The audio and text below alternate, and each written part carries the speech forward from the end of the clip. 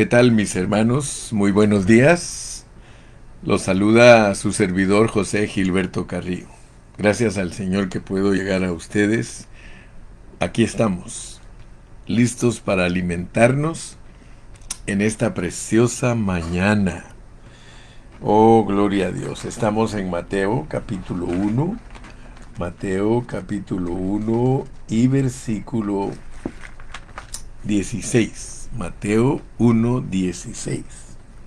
Dice, y Jacob engendró a José. Ahí me he mantenido por un buen tiempo, estudiando todos los detalles de José, porque José era rey. Ayer comencé a tocar estos asuntos, hoy voy a terminarlos.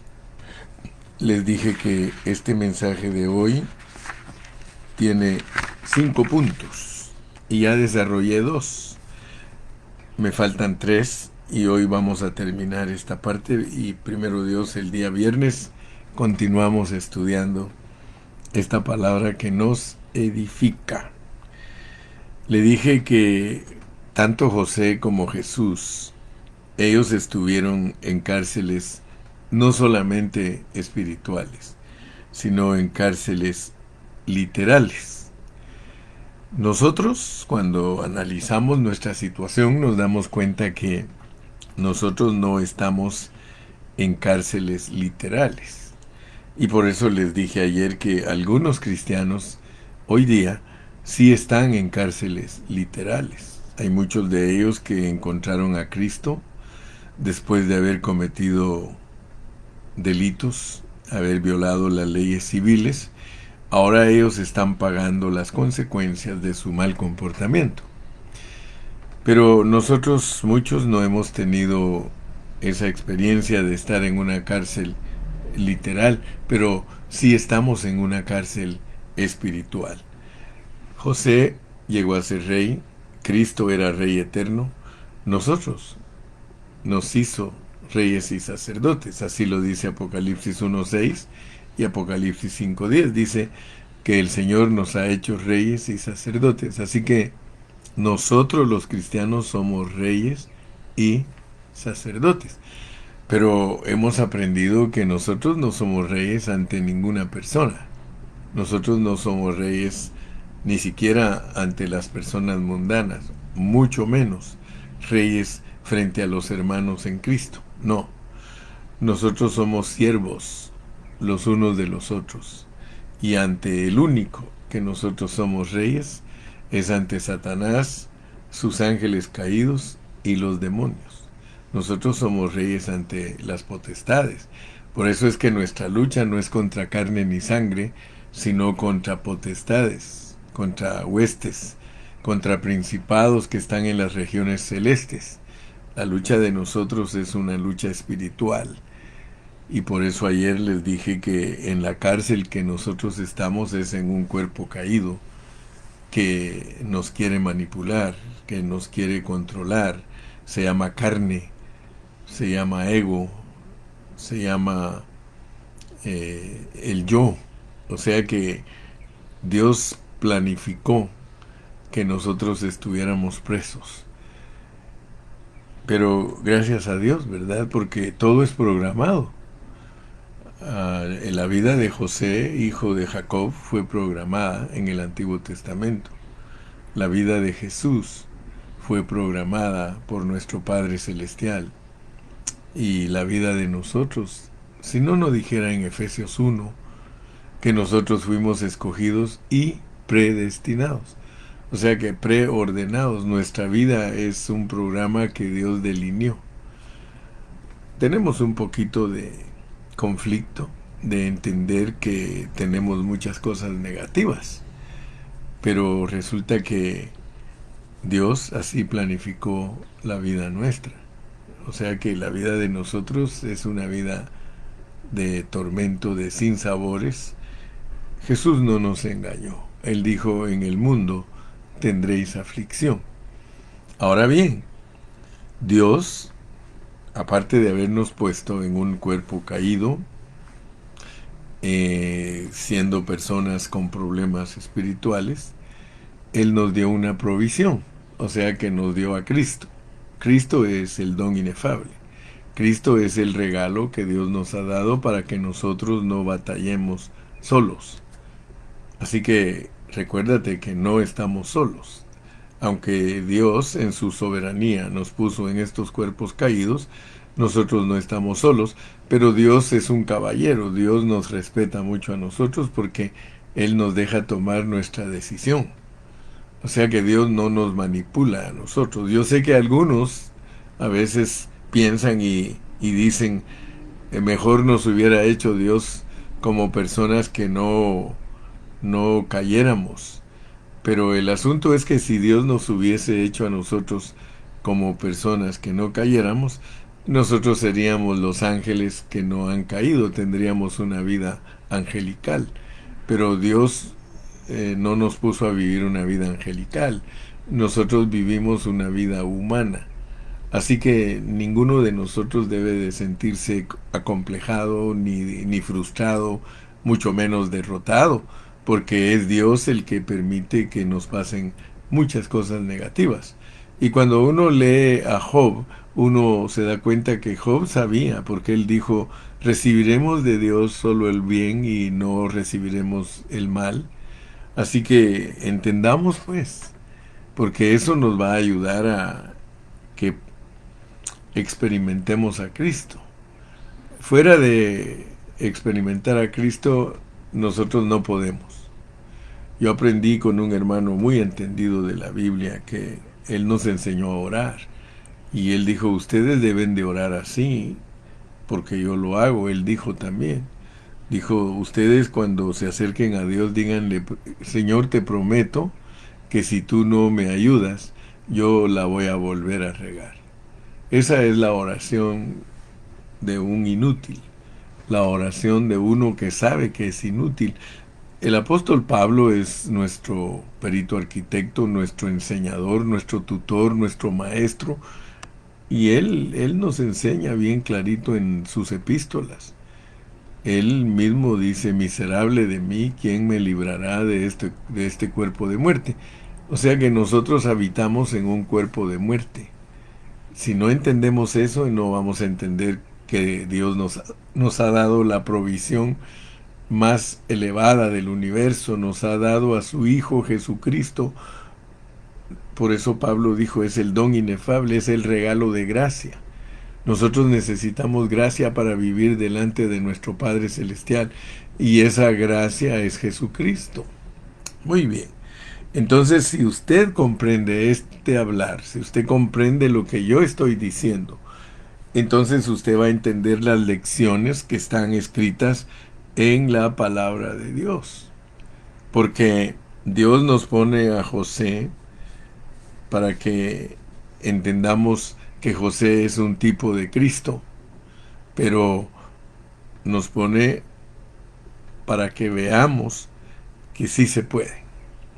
José pudo.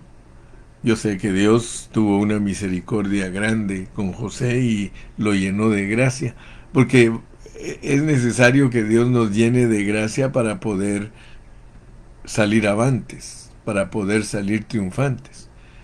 Y, y Dios nos ha provisto a Jesucristo como el don inefable, porque esa es la gracia. Esa es la gracia de Dios. El don inefable es gracia en nosotros. Para eso nos puso Dios a Cristo dentro de nosotros, para que nosotros tengamos gracia. O sea que si no usamos, si no le echamos mano a esa vida eterna, porque eso es echarle mano a la vida eterna, échale mano al Cristo que tú tienes dentro de ti. Y quiero decirte que eso es bien difícil, porque nosotros somos bien distraídos. Nosotros, cualquier cosa de este mundo nos hace olvidar nuestra provisión. Y como tenemos dos canales, nosotros o podemos estar en el espíritu o podemos estar en el alma. Esos dos canales en nosotros son los únicos que existen. Pero tristemente nosotros somos más inclinados hacia el mal, inclinados hacia nuestra alma, inclinados hacia nuestra naturaleza. Y tenemos la capacidad de cambiar canal inmediatamente. Si nosotros queremos, inmediatamente estamos en el espíritu. Si tú quieres, porque es nada más de cambiar el pensamiento. Nosotros podemos cambiar pensamientos ipso facto. En el mismo instante que nosotros decidamos cambiar nuestro pensamiento, nosotros podemos cambiarlo, pero hay una lucha. Hay una lucha que no nos quiere dejar estar en el espíritu. Siempre está esa oposición porque esa oposición es espiritual. Bueno, ayer entonces empezamos a hablar del primer punto, y el primer punto que tenemos que entender es que no podemos ser personas inmaduras si queremos ser liberados. Si tú quieres ser liberado de la cárcel, del calabozo, de esa cárcel en la que Dios te puso, porque es Dios el que nos pone en esta cárcel, tú tienes que madurar. Y la edad requerida es 30 años. Vimos que José fue puesto en la cárcel cuando tenía 17 o 18 años, y él interpretó los sueños de los dos compañeros pasados 10 años de estar preso.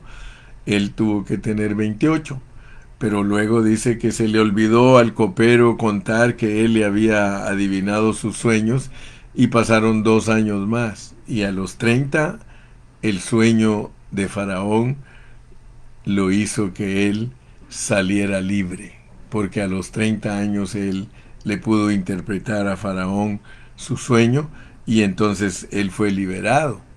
Entonces quiere decir que hay una edad requerida para ser liberados. Y también ayer hablamos de que uno sale indirectamente del calabozo por interpretar sueños. Y nosotros vimos ayer lo que es interpretar sueños, porque nosotros los cristianos del Nuevo Testamento tenemos que interpretarle sueños a los coperos y a los panaderos. Y gracias a Dios que entendimos, ¿verdad?, lo que es ser un copero y lo que es ser un panadero. Un panadero es aquel que, valga la redundancia, hace pan y le da de comer al que tiene hambre. Un copero es aquel que hace vino y le da el vino al que tiene que estar alegre. Entonces, si nosotros ponemos atención a esas figuritas, nosotros nos vamos a dar cuenta que uno puede ser una persona que le da pan a la gente y terminas después de la cárcel colgado. Qué triste, ¿verdad?, que después de salir de esta cárcel nos cuelguen por ser panaderos. Pero qué alegre que después de salir de esta cárcel nos honren con volverle a servir el vino al rey, ¿verdad? Entonces eso es muy significativo, porque si nosotros no sabemos la diferencia entre copero y panadero, nosotros no vamos a poder interpretarle los sueños a ninguno de ellos dos. En vez de interpretarles sus sueños a ellos correctamente, nosotros vamos a tal vez cambiar el sueño, y al panadero le vamos a dar la interpretación del copero, y al copero le vamos a dar la interpretación del panadero. Pero no, hermano. Dios nos ha dado un discernimiento. Mire, a mí Dios me ha dado el discernimiento, y yo conozco cuando un hermano es copero y cuando un hermano es panadero. A pesar de que se trata de dar a Cristo, porque Cristo es el pan y Cristo es el vino. O sea que no se está hablando de gente perdida, no se está hablando de gente que perdió su salvación. No, no, no. Estamos hablando de personas que, en vez de entender el propósito divino, se dedican a otras cosas. Presentar a Cristo como pan es presentar a Cristo como una ofrenda vegetal. O sea que Cristo es una ofrenda vegetal para nuestro Padre Celestial. Digamos, aplicando la palabra de Dios en su pureza, Cristo mismo dijo que Él era el grano de trigo, y que si Él no moría, se quedaba solo. Entonces Él murió para no quedarse solo, sino para reproducirse. Entonces, muchos cristianos son reproducidos por Cristo como pan, porque Él no se quedó como grano de trigo. Si Cristo se hubiese quedado como grano de trigo, nosotros no tuviésemos el suministro, no tuviésemos el alimento. Él dijo que Él era el pan para que creyeran en Él. Él dijo que Él era el pan del cielo, el pan que descendió del cielo, y ustedes pueden estudiar todo el capítulo 6 del Evangelio de Juan, y ahí el Señor se revela como el pan que vino del cielo, el maná, pues, el maná. Ustedes saben que para que el pueblo de Israel recibiera el maná, que era pan de ángeles, que era pan celestial, y que representa a Cristo, ellos no tenían que hacer nada. Ellos no trabajaron para que Dios los alimentara. No tuvieron que trabajar para que Dios los alimentara y que ellos dijeran, bueno, pues trabajamos duro para obtener este pan. No, Dios se los dio gratis. Llovía del cielo. Es más, tenía regulaciones. Pero esa enseñanza, esa metáfora, representa a la gente que es de fe. O sea que nosotros por fe creemos que Cristo es nuestro maná, por fe creemos que Cristo es nuestro pan. Y entonces Cristo presentado a Dios como ofrenda vegetal, como pan, es para que nosotros creamos en Él por fe. El pan es una mezcla. El pan es harina con aceite, es algo que va horneado, o sea, es algo procesado. Entonces Cristo murió como pan para alcanzarnos a todos los que somos de fe.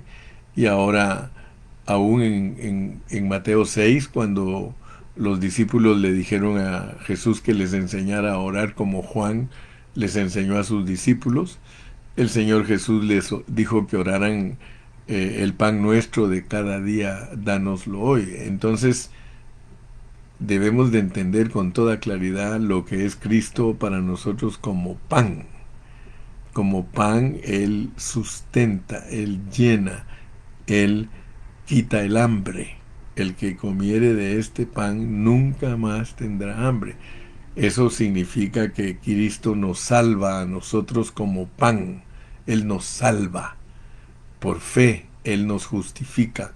El trabajo de fe tiene que ver con Cristo como pan. Pero resulta que también Cristo es el Cordero. Y Cristo como Cordero lo tenían que matar y derramar su sangre. Por eso es que el vino es la sangre. Usted se da cuenta que nosotros en la reunión del principio de mes tomamos la cena del Señor, comemos un pedacito de pan y tomamos jugo de uva, porque pues algunos dicen que no tiene que ser jugo de uva, tiene que ser vino verdadero, pero nosotros no vamos a discutir ni pelear en esos asuntos que no son la esencia del Evangelio, sino que son símbolos. Entonces, lo que sí tenemos que entender es lo que está detrás de esas sombras, lo que está detrás de esos símbolos. Nosotros tenemos a Cristo representado por la sangre. La sangre es una ofrenda animal, no es una ofrenda vegetal. La sangre, usted tiene que entender, es una ofrenda animal. O sea que para que haya perdón de pecados, dice la Biblia que tenía que haber derramamiento de sangre. Sin derramamiento de sangre, dice, según la ley, no hay remisión de pecados. Entonces, eso lo transporta a usted hasta el principio de la Biblia.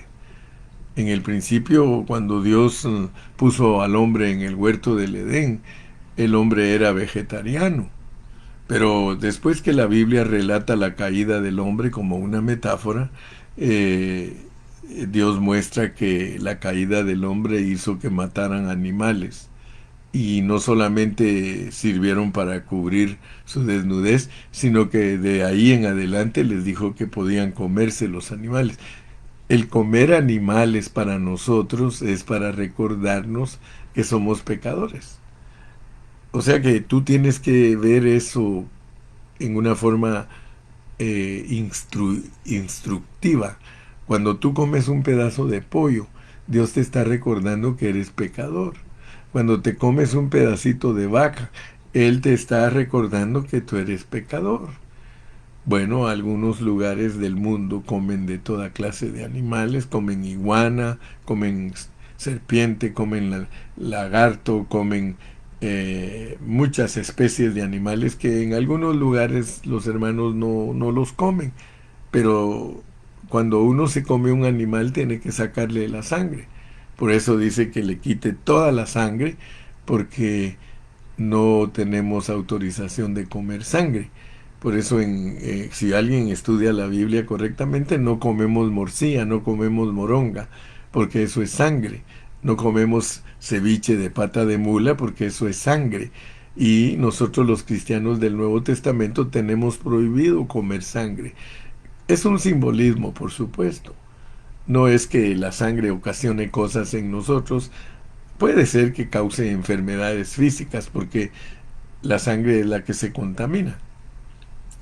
Pero eso tampoco es el Evangelio. El Evangelio no es ir y predicar que no hay que comer morcilla, que no hay que comer puerco, eso no es el Evangelio. El Evangelio es algo superior, el Evangelio es algo espiritual, en donde usted tiene que entender que Dios proveyó a Cristo como ofrenda vegetal y como ofrenda animal, pero es para entender lo que está detrás de esa enseñanza y que nos bendice Dios a nosotros espiritualmente. Entonces, gracias a Dios, pues que entendemos todos estos aspectos. Pero nuestra lección nos tiene aquí ocupados, porque nosotros tenemos que aprender a interpretar los sueños de los coperos y los panaderos. Y vuelvo a repetirles, si ustedes ponen atención, es entender los aspectos de Cristo para nuestro beneficio. Si usted solo sabe presentar a Cristo como pan, pues tarde que temprano, al salir del calabozo, lo van a colgar. Ese es el lloro y el crujir de dientes que hemos hablado muchas veces. O sea que el cristiano negligente, el siervo inútil, que es un siervo que solo se ocupa de las cosas superficiales de la Biblia, que es niño en Cristo, que solo le gusta la leche, pues lo van a colgar, que es al siervo malo, dice Mateo 25, echadlo en las tinieblas, ahí será el lloro y el crujir de dientes. Sin embargo, a las vírgenes prudentes no las mandan al lloro y al crujir de dientes. A las vírgenes prudentes las mandan a las bodas del Cordero, a la cena, sí, a casarse con Cristo, a heredar el reino. Entonces quiere decir que no hay pierde cuando entendemos lo que es predicar a Cristo como el Cordero, como la ofrenda de sangre, porque la sangre fue ofrendada, hermano. Pero noten que la sangre no fue ofrendada en la tierra. Nadie puede decir que aquí en la tierra el Señor presentó su sangre, no. La Biblia registra que en el santuario celestial Cristo presentó su sangre. Y por eso pone de ejemplo que los sacerdotes entraban con sangre aquí en la tierra al tabernáculo. Pero esa era una figura, dice, de Cristo. Cristo entregó su propia sangre, su sangre está en el cielo. Por eso su sangre es maravillosa, su sangre está viva, es eficaz. Él presentó su sangre en el santuario celestial. Entonces, cuando nosotros le interpretamos los sueños al copero, nosotros aprendemos a enseñar lo valioso que es la sangre, porque la sangre es efectiva para nuestros pecados pasados, presentes y futuros, y eso no lo entiende el cristiano niño. El cristiano que solo conoce a Cristo como ofrenda vegetal ignora totalmente que Dios nos puede perdonar a nosotros todo pecado, todo. Si nosotros entendemos esto, hermano, entonces nosotros somos los que le interpretamos los sueños al copero. El copero se había portado mal, el copero había delinquido y por eso fue a parar a la casa del rey. El rey tenía a sus presos en su casa. Esa casa era la casa del rey donde tenía a sus presos. Y nosotros somos reyes que están presos, como José que estaba preso en la casa del rey. Nosotros somos presos en la casa del rey. La casa del rey es nuestro cuerpo. ¿O ignoráis que vuestros cuerpos son el templo del Espíritu Santo? Pero usted dirá, pero ¿cómo habita Dios en un cuerpo corrupto, en un cuerpo caído, pues déjame decirte que así está en la figura de la Biblia, la cárcel. José era rey y estaba preso en la cárcel literal. Nosotros somos presos y estamos presos en la cárcel de nuestro cuerpo. Entonces allí es donde Dios nos dice, coperos, coperos.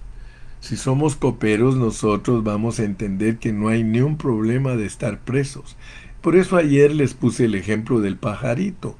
El pajarito cuando anda libre, él canta. Pero alguien lo captura y lo mete a una jaula y él sigue cantando. Cada mañana, si tú capturas un pajarito y lo tienes cautivo en una jaula, él va a cantar, porque él está hecho para cantar, para alabar a Dios. Nosotros fuimos hechos para eso. Dice que fuimos creados para alabanza de su gloria. Entonces nosotros tenemos que pedirle a Dios que trate con nuestras mentes para sacar toda religiosidad, todo concepto equivocado, porque nosotros ese es el problema que tenemos, que hemos sido instruidos por maestros que no han tenido tratos directos con Dios y por eso nos dan un mensaje que en vez de ayudarnos a ser victoriosos en esta tierra, nosotros vivimos todo el tiempo derrotados. Pero nosotros no hemos sido llamados para vivir derrotados. Mire, si así fuese, entonces Cristo hubiera vivido derrotado toda su vida. Entonces José hubiera vivido derrotado toda su vida. Entonces Pablo hubiera vivido derrotado toda su vida. Tenga mucho cuidado, porque muchos de nosotros no sabemos cómo manipular los asuntos de Dios o cómo manejarlos. Nosotros tenemos que aprender a manejar la cárcel en la cual Dios nos puso. Mire, a mí me sorprende lo que habla de José. Dice que todo lo que hizo José en la cárcel, todo le salía bien.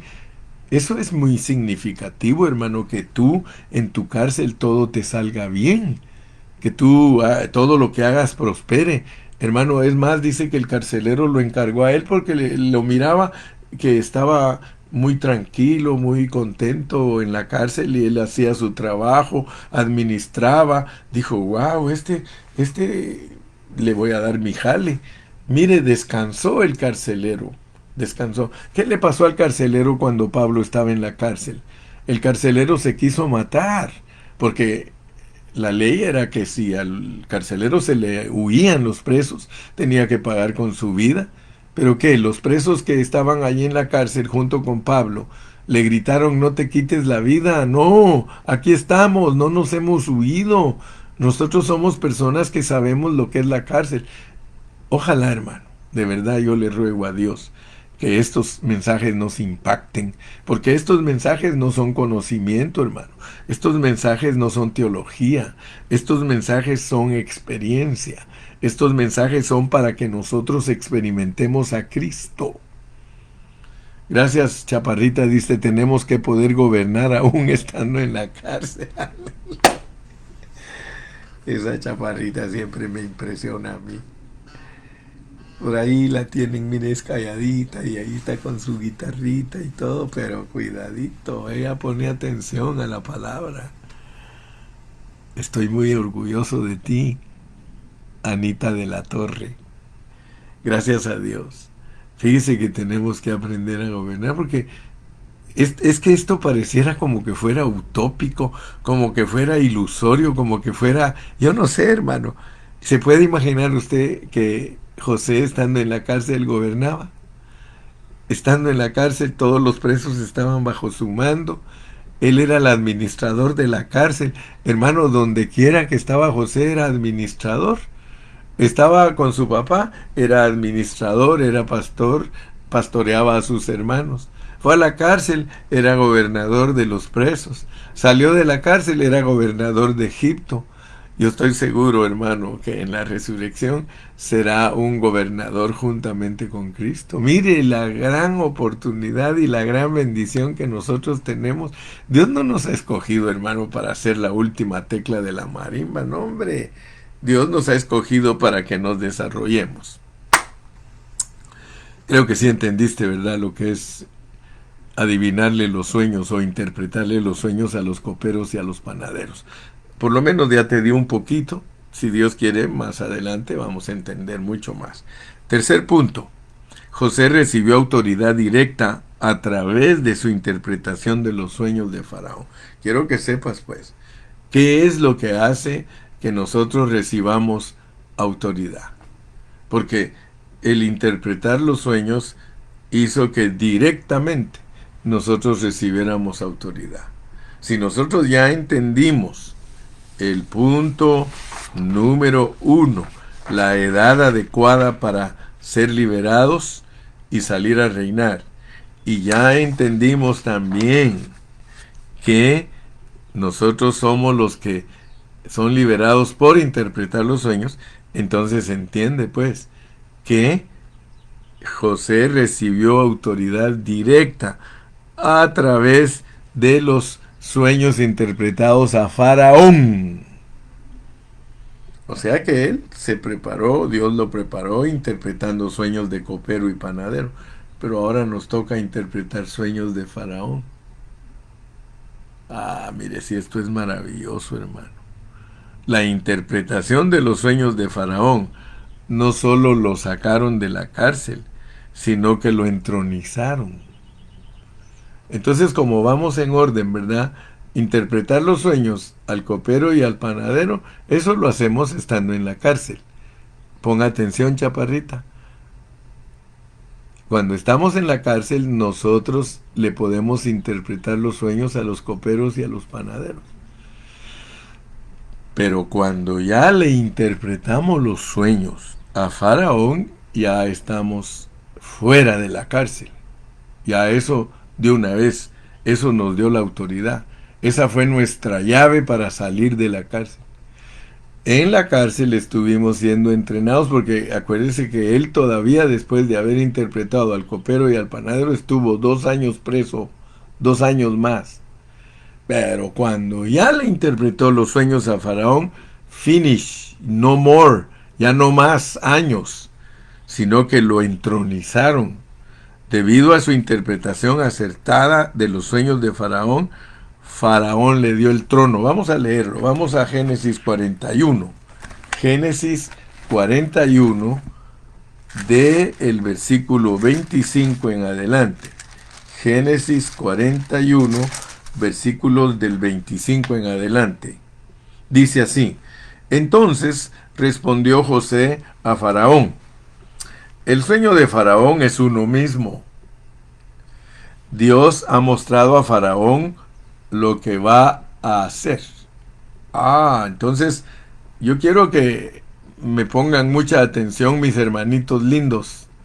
Miren, nosotros para interpretarle a los hermanos estamos presos, pero para interpretarle a Faraón, fíjese pues, nosotros no solo sabemos interpretar las cosas del Evangelio, las cosas espirituales, nosotros sabemos profecía. Nosotros sabemos qué va a pasar en el mundo. Esto es maravilloso, mi amado hermano, porque Dios no solamente nos usa para entender las cosas espirituales, sino aún las cosas seculares. Yo le doy gracias a Dios, mire, yo puedo saber lo que está pasando en las naciones. ¿Qué pasa con estos presidentes? ¿Qué pasa con aquellos y todo? Yo quiero que vea que la iglesia es muy importante. Nosotros, los siervos de Dios, somos muy importantes porque solo a nosotros nos revela Dios lo que le va a pasar a Faraón. Pero aparte de eso, nos revela lo que le va a pasar a los coperos y a los panaderos. Me explico, ¿verdad? Y le dice: entonces respondió José a Faraón: el sueño de Faraón es uno mismo. Dios ha mostrado a Faraón lo que va a hacer. Oigan esto, hermano, porque uno a veces es llevado por todo viento de doctrina. Uno a veces oye cosas pero no le pone atención. Cuando yo estudio la Biblia, hermano, Dios me abre mi entendimiento y Dios me permite ver cosas que nunca han visto otros. Por eso le doy gracias a Dios. Fíjense que Los cristianos tienen sueños y nosotros se los interpretamos. Pero también Faraón, el mundo tiene sueños y nosotros se los interpretamos. Los cristianos verdaderos somos soñadores. Nosotros somos intérpretes. Ah, cuánto alabo a mi Padre Celestial porque yo soy intérprete, hermano. Mire, a mí Dios me ayuda para que interprete cómo es la iglesia y cómo es el mundo. Una persona que va a ser liberada y que de aquí, de esta cárcel, va a salir a reinar, tiene que dejarse guiar por Dios en todos estos asuntos. Por eso yo no me ocupo, que la bestia, que el número, que esto, que lo... No, no, no, yo sencillamente voy observando poco a poco cómo el Espíritu Santo va preparando el panorama y los mismos reyes, los mismos presidentes, los mismos faraones, ellos, Dios les da los sueños, solo que ellos no saben cómo interpretarlos. Dios le puede dar sueños a Bukele, a Trump, a Biden, a Maduro, a Arévalo. Dios le puede dar sueños a ellos, pero ellos no lo saben interpretar. Pero nosotros, los cristianos genuinos, los cristianos verdaderos, nosotros sí sabemos, como dicen en inglés, I know what's going on. Yo sí sé qué está pasando. Dios no le va a revelar a ningún mundano qué significan sus sueños. Pero Él va a llamar a sus Josés, a sus Danieles. Sí, Él va a llamar a sus Ezequieles. Él va a llamar a sus Isaías. Él va a llamar a todos sus siervos. Y nosotros somos los que sabemos quién tiene el control y qué es lo que sigue. Bueno, leamos pues. Las 7 vacas hermosas, porque él soñó 7 vacas hermosas. Y le dijo, esas 7 vacas hermosas, 7 años son. Y las espigas hermosas son 7 años. El sueño es uno mismo. También las 7 vacas flacas y feas que subían tras ellas son 7 años. Y las 7 espigas menudas y marchitas del viento solano, 7 años serán de hambre. Esto es lo que respondo a Faraón. Lo que Dios va a hacer, lo ha mostrado a Faraón. Mire, hace poquito mataron a un muchacho en Guatemala. Y en las noticias, yo estuve al tanto de las noticias. Y mataron a ese muchachito que era un cantante que apenas estaba como una flor en su botón, tratando de sobresalir. Al principio muchos se burlaron de él porque no tenía talento, no sabía ni cantar, pero él tenía una ilusión y desde chiquitito, de 13 años, él se fue de su casa y se fue a buscar gente que grababa y que instruía músicos y ayudaba a cantantes. Y él iba subiendo poquito a poco, lo mandaron a aprender canto y todo es que alguien se interese en ayudar a alguien y sí se puede. Pues ya lo estaban sacando adelante, ya él iba para arriba y lo mataron. Por supuesto que para Guatemala es una señal. Para Guatemala es una señal. Todo lo que sucede en nuestros países, en el mundo secular, son señales de asuntos de la vida espiritual. Yo, gracias a Dios, que tengo entendimiento de eso. Pero si usted ve a ese muchachito, Dios le reveló en un sueño que lo iban a matar. Pero ninguno pues se atrevió a interpretarle su sueño, a pesar que él dijo, a ver quién me puede decir qué significa eso. Dijo, porque yo no entiendo qué quiere decir eso. Y si ahora, mire, porque muchos hermanos se me dan risa a mí, todos esos cristianos pentecostales que después de que suceden las cosas, ellos ya sabían que iba a pasar. No, hermano, cuando uno verdaderamente tiene tratos con Dios, antes que las cosas suceden, uno apercibe a la gente. Mire, Faraón tuvo el sueño, ¿qué hizo José? Lo apercibió. Sí, lo preparó, le dijo, mira, este sueño que tú tienes significa esto y esto y esto. Por eso es de que yo les digo que las cosas de Dios no son juguete, hermano. Las cosas de Dios son serias. Y si tú te crees profeta, hermano, di las cosas antes que sucedan.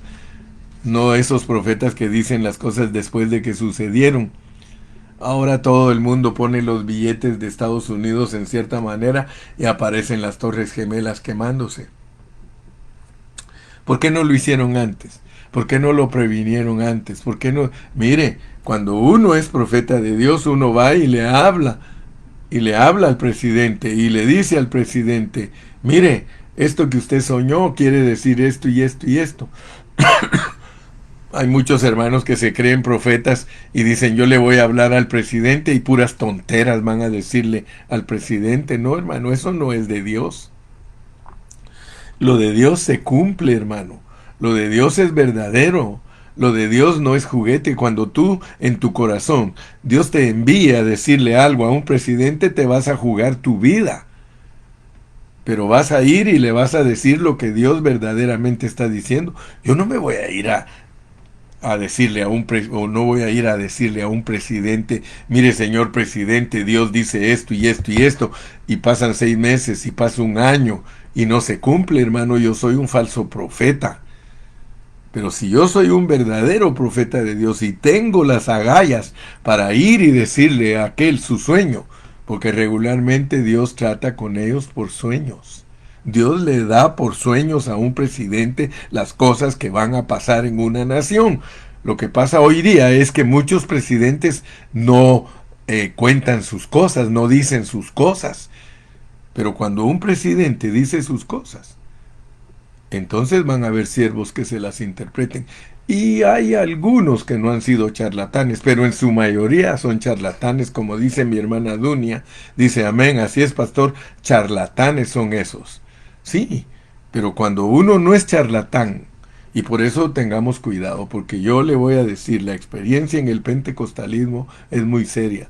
Los hermanos siempre han profetizado falsedades. Siempre han dicho, dice el Señor, y pura mentira. Mire, yo tengo 44 años de ser pastor y como 20 estuve en el pentecostalismo.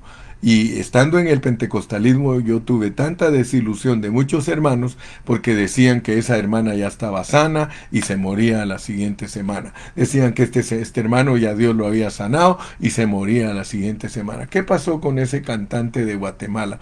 Todos le profetizaron que iba a vivir y que estaba sano. Solo un hermano no fue charlatán. Él le dijo, ¿sabes qué? Arregla tu casa porque Dios dice te vas. Y así fue, hermano. Así fue. El hermano se fue. Entonces, gracias a Dios que el tercer punto es entender que Dios nos usa a los cristianos para interpretar los sueños de los que están en eminencia, de los que están en el poder. Hermano, mire, si algún día Dios me manda a mí que yo le interprete a un presidente, yo lo voy a hacer, pero voy a estar seguro de que fue Dios el que me movió, porque si no, mi cabeza está en juego. Mi cabeza está en juego. Sí. Yo me recuerdo que una vez el hermano Carlos Cruz me contó, él viviendo ahí en Veracruz, en Orizaba, él me contó del hermano pastor David Arcos, que cuando él empezó la obra allí, el ejército intervenía mucho y el gobernador una vez se metió en la congregación en caballo, montado en su caballo, entró a la iglesia hasta donde estaba el hermano David y le dijo, mire usted predica que Dios sana a los enfermos. Yo tengo una hija que me nació parapléjica. Aquí se la voy a dejar y quiero regresar y quiero que esa hija esté sana, si no todo lo que usted predica es falsedad. Hermano, mire, en esos tiempos la visitación de Dios era tan poderosa, hermano, que Dios respaldaba a sus siervos. Ahora no respalda a muchos porque son charlatanes y solo andan buscando cómo beneficiarse de los cristianos débiles.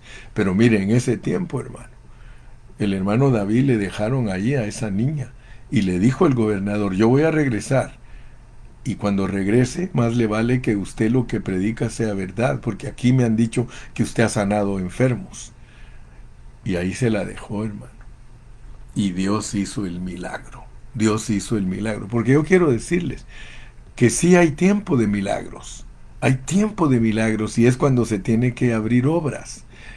Por lo regular, cuando se abren iglesias, al principio Dios hace muchos milagros. Mire cómo empezó la iglesia. La iglesia empezó levantando muertos, haciendo milagros, pero después ya es presunción, porque una vez establecida la obra, una vez se establece la iglesia, Dios dice, aquí se cierra la llave de los milagros y ahora a vivir una vida presos todos, para ver si realmente quieren salir de esas cárceles.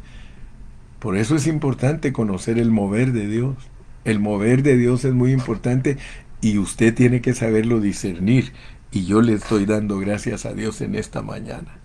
Porque, hablando en serio, hermano, si nosotros hubiésemos sido José y Faraón nos hubiera preguntado, ¿usted ha tenido sueños propios? ¿Se le han cumplido sus sueños? Solo imagínese usted a Faraón preguntándole a José eso, diciéndole, mire José, ¿usted ha tenido sueños propios? ¿A usted se le han cumplido sus sueños? Hermano, nosotros quizá hubiésemos tenido miedo de contestar, porque los sueños de nosotros no se han cumplido. Y quizá Faraón le hubiera dicho, quítese de aquí por favor, sáquese, apártese de aquí engañador, ¿cómo se atreve a interpretar mis sueños si los suyos no se han cumplido? Ojo, ojo, entre más atrevidos seamos en predicar los sueños del Señor, más calificamos para ser liberados de la cárcel. Hemos sido raptados de los hebreos. Así dijo él, yo he sido raptado de los hebreos para ser metido en esta cárcel. Hermano, vive tu cárcel por fe. Si la Biblia te ha sido revelada, predícala por fe. Hermano, yo predico por fe. Todos debemos hablar más y seremos liberados, hermano. Acuérdate que la palabra que nosotros prediquemos es la que nos va a liberar. Por eso no podemos predicar engaños. Por eso no podemos predicar especulaciones. Por eso no podemos predicar lo que se nos antoja. Pero si predicamos la palabra con pureza, Dios está trabajando en nuestro espíritu y nos va a dar la autoridad, hermano. Nos va a dar la autoridad que se obtiene después de haber interpretado los sueños de Faraón. Oh, en esta mañana yo le doy gracias a Dios porque Dios me ha dado la interpretación del copero y el panadero. Yo he aprendido a predicar lo que le va a pasar a los hermanos que son superficiales en predicar la palabra y lo que va a pasar con los hermanos que son fieles y verdaderos, hermano. Eso lo he profetizado. ¿Y por qué lo he profetizado?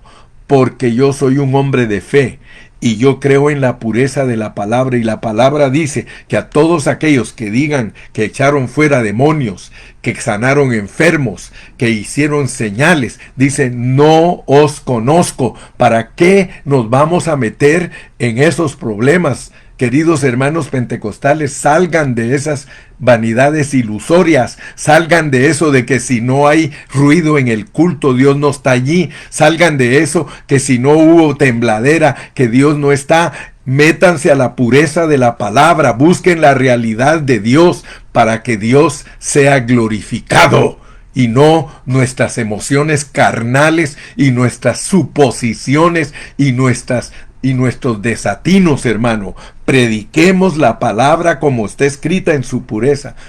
¿Va a haber tiempo de milagros? Claro que sí. Claro que viene un tiempo donde una taza de arroz tendremos que orar y se va a volver la comida para 5,000. Claro que va a pasar. Claro, pero no pretendamos.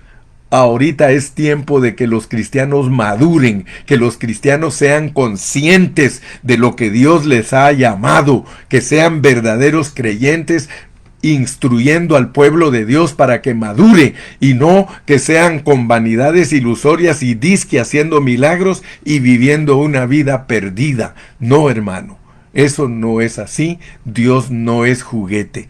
Que Dios lo bendiga, que Dios lo guarde, y si Él nos permite, continuamos el día viernes. Hasta la próxima, mi hermano. Bye bye. Despídase.